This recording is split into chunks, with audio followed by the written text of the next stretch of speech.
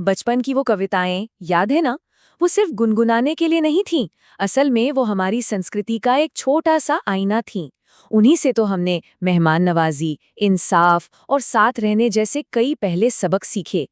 ये कविताएं सुनने में भले ही सरल लगती हों, पर इनकी जड़ें हमारी सोच में बहुत गहरी हैं।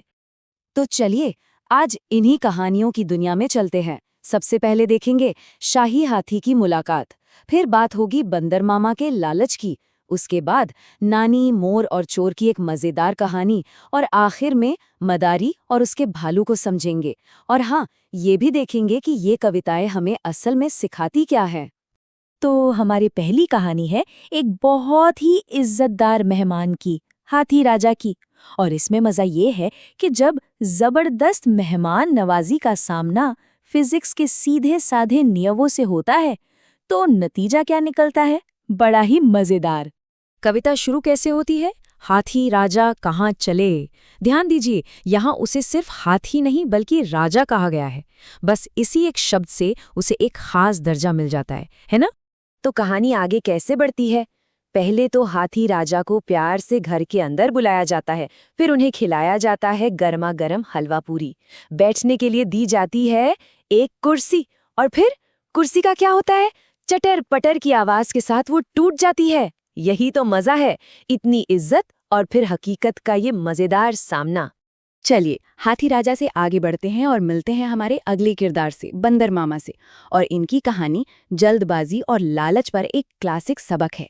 सोचिए जरा, एक बंदर जिसने पजामा पहना हुआ है और दावत खाने जा रहा है। बंदर मामा पहन पजामा दावत खाने आए। ये तस्वीर ही अपने आप में कहानी को कितना मजेदार और अपना सा बना देती है। अब देखिए कि उनकी हालत कैसे एकदम पलट जाती है। जब वो आए थे तो कुर्ता टोपी जूते पहनकर बड़े इतरा रहे थे, और जब गए तो रोते रोते अपनी टोपी और जूते भी फेंक दिए थे। मतलब एक शान से आया मेहमान रोते हुए वापस गया, और ये सब हुआ बस एक छोटी सी गलती की वजह से। तो आखिर ऐसी क्या गलती हुई? उन्हें किस चीज का लालच आ गया? एक रसगुल्ले का। और कविता में क्या कहा गया है? रसगुल्ला नरम गरम था, यानी बिल्कुल ताज़ा, मुलायम और गरम। तो बस लालच में आकर उन्होंने वो गरम रसगुल्ला फौरन मुंह में रख लिया और जीभ जल गई। बस एक पल की जल्दबाजी और उनकी पूरी पार्टी खराब हो गई। अब हमारी तीसरी कहानी, ये किसी बच्चे की कविता से ज्यादा एक क्राइम ड्रामा जैसी लगती है। सच में इसमें चोरी है, चोरों का पीछा है, और फिर इंसाफ भी होता है।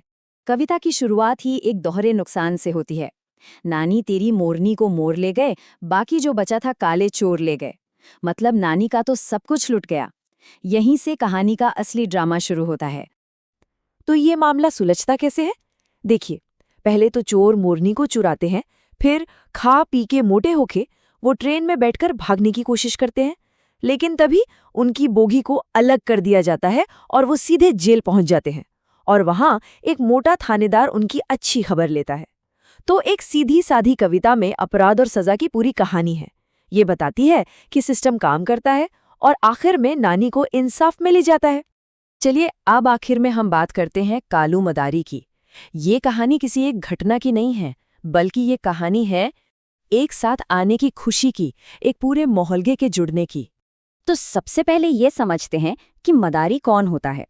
मदारी मतलब वो सड़क पर तमाशा दिखाने वाला कलाकार, जो भालू या बंदर के साथ आता है और पूरे मोहल्ले में एक रौनक ले आता है।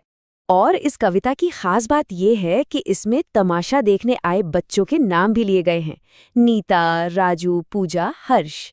इससे पता चलता है कि ये कोई अनजान लोगों की भीड़ नहीं है, बल्कि पूरा मोहल्ला है जो एक साथ मिलकर इस पल का मजा ले रहा है। और फिर डमरू की आवाज आती है, दम डम डम। यह आवाज सुनते ही एक उत्तेजना सी फैल जाती है। ये एक सिग्नल है कि तमाशा शुरू होने वाला है। और फिर आता है कहानी का सबसे मजेदार पल, कालू का भालू नाचा।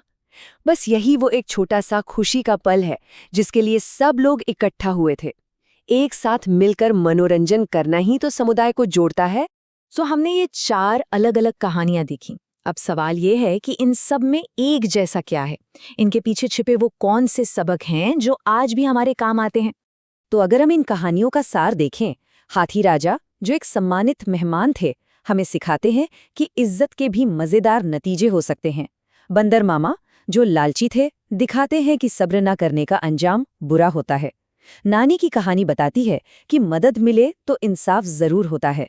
और कालू मदारी, वो हमें एक साथ मिलकर खुशियां मनाने की अहमियत सिखाते हैं। तो ये सिर्फ गाने नहीं, बल्कि छोटी छोटी कहानियां हैं जिनमें बड़े सबक छिपे हैं। और शायद यही सबसे बड़ी बात है। ये कविताएं हमारी संस्कृति की एक छोटी सी खिड़की की तरह हैं। ये हमें सोचने पर मजबूर करती हैं कि बचपन में सुनी कौन सी कहानियां हैं जो आज भी जाने अनजाने में दुनिया को देखने का हमारा नजरिया तय करती हैं।